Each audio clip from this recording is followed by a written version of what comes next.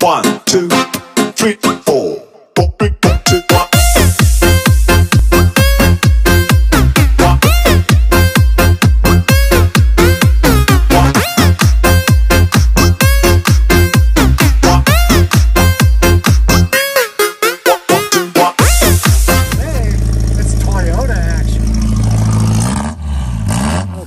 So today's mission was to get at least one truck up and running.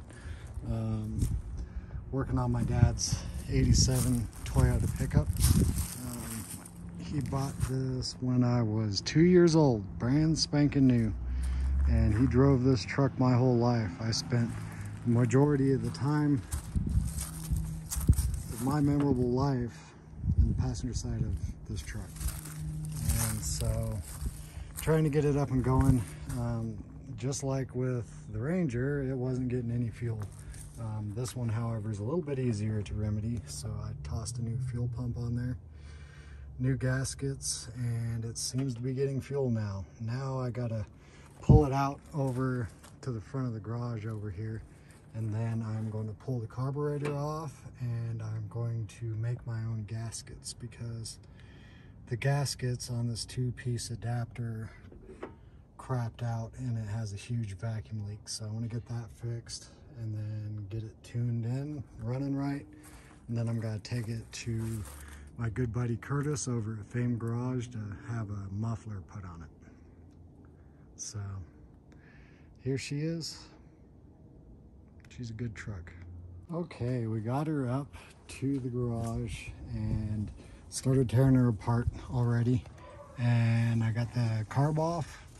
It was super easy. I just disconnected the throttle cable and then pulled the 4 nuts off of there, and it pulled right off. Now here's the issue. When we rebuilt this truck back in, it had to have been like 2004 or 2005, we put a Weber carburetor setup on it. And in the kit, it came with a 2-piece adapter to mount the carb.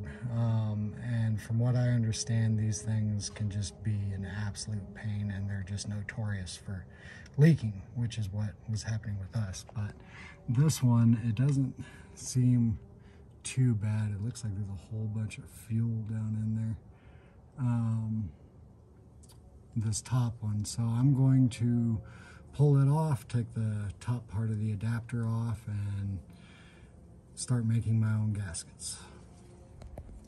So I wanted to point out one thing I noticed when I was looking at this here. If you look down in the carb adapter, look, there's 3 different gaskets. So here's the top one, then there's one right here sandwiched between these 2 plates. Then there's one right here on the bottom between the intake manifold and the adapter. So 3 gaskets. All right, I got the top plate off of the carb adapter there. It had 4 little Allen heads that were hidden under the gasket there. And I had started taking the studs out because I didn't know if the studs just ran all the way through. And decided to continue on with it because it's got to make it easier for me to make the gasket with them out of there anyway. But once I lifted that off, here's the gasket that was in between the 2 pieces, and I think this was what was causing the vacuum leak. You can see it's just all no good anymore. So I'm gonna pull this bottom plate off and then clean everything up, make my gasket, and hope that all these little shavings doesn't mean that the thread's pulled out for the studs. So see how it goes. Got that other gasket off of there, and then there is 4 more Allen head or hex head bolts left. Take these 4 off, we'll get this last piece off and start making some gaskets. Bottom plate of the adapter is off. So now we got our last little gasket here, and look at this thing. It's got brakes in it. It's just completely weathered and brittle. these bottom two are what was causing the vacuum leak. But real quick, before it gets dark, I wanted to show you guys what I usually do when I can't find a gasket. So like with this particular setup that we put on here, I looked everywhere. It's a red line carb adapter. I couldn't find gaskets for it anywhere. And so what in these situations, what I usually do is I pick up some gasket material. And I had already had some cork gasket material, but I also picked this up while I was at AutoZone, and this is Comatic or Comatic. I don't know. You guys tell me how to say it. I like their products, their head gaskets and stuff. I've heard good things about them, but this is a fiber material sheet, and so this is what I'm going to be using to make my gaskets. All right, I wanted to show you guys what I do to get the material ready to make. So what I'm gonna do is I'm gonna take my sheet and then I'm gonna hold it out here, and then I'm gonna mark it on either side. I'll mark it here at the length, and then I'll also mark it over here at the width. I'll cut out a little square that's a little bigger than what I need, and then I'll lay it down there. And I like to use a ball peen hammer. This is the only one I could find, and it's a little bitty guy. I also grabbed a body hammer that I had sitting around that has an edge on it, and try that if it doesn't work either. But I'll take that little square and I'll lay it out, and I'll just tap all around the edges, and I'll work all the way around, and then I'll also tap on the inner edge where it's open to the intake. And then after I'm done with that, the gasket pops out, and it's just the right size. So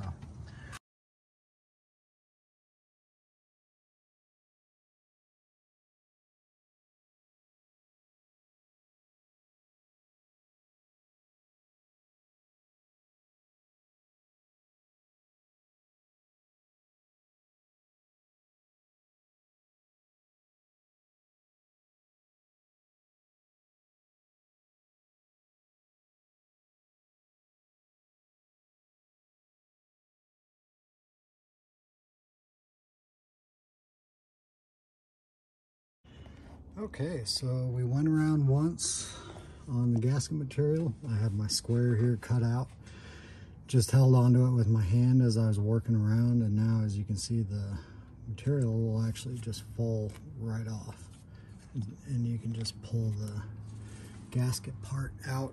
It'll take a little trimming around this side right here, but it turns out pretty good. After I get done with this part of it, then I'll put it back on there, and I will tap around for the center part for the opening to the intake. All right, I wanted to show you on this one on a regular video and not a time lapse, if the dogs want to cooperate. They always want to get their 2 cents in. Anyway, here's my gasket, and it's going to go like this.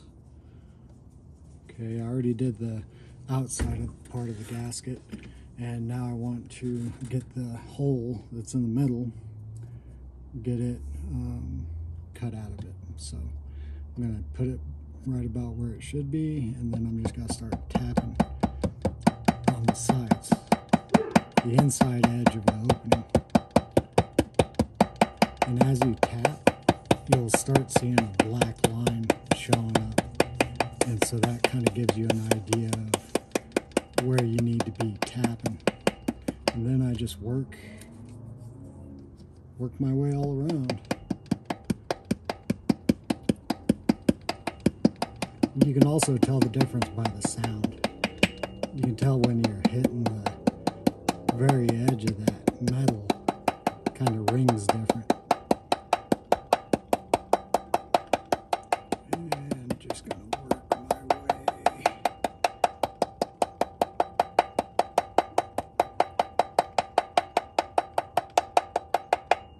all the way around.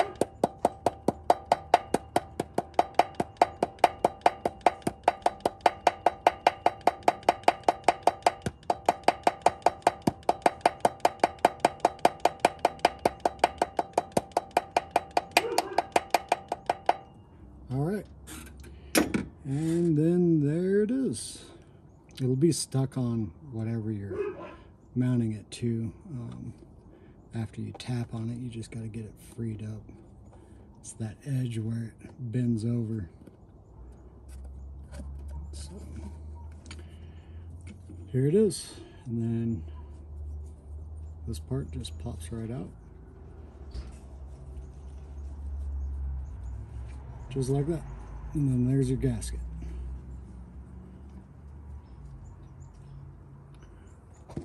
Show you. Fits real nice. It's the exact shape that it needs to be. And so now the carb has a nice Comatech gasket. One thing I didn't touch on was doing the bolt holes. So along with everything else, you just make sure it's all lined up good. And this is part of the reason why I like to use a ball peen, because if you just hit it right in the center of where the bolt's supposed to go, then it makes a nice even line with it. It makes it a lot easier to get those little bolt holes cut out. And so yeah, ball peen. And here's the finished product. So it looks pretty much just like a gasket you would get somewhere else. It has a little bit of rougher edges, which you can clean up and pull all those pieces out of there. But yeah, just as good as anything you'd buy in the store, and should do a lot better than these. That's also what I do with water pumps on these cars. So on the small block Fords, when you get a new water pump, the gaskets they give you are way oversized. And so I use that same procedure on these to make it to where you don't get any overhang of the gaskets down there on the pump. So hope it helps somebody. Now I'm just gonna repeat the same steps 2 more times for the other 2 gaskets and see how she does. And she is running. Got the carb back on there, all my gaskets installed, and fired her up. Just loosely tuned in the carb, good enough to make it idle nice and strong and accelerate fine. Oh yeah.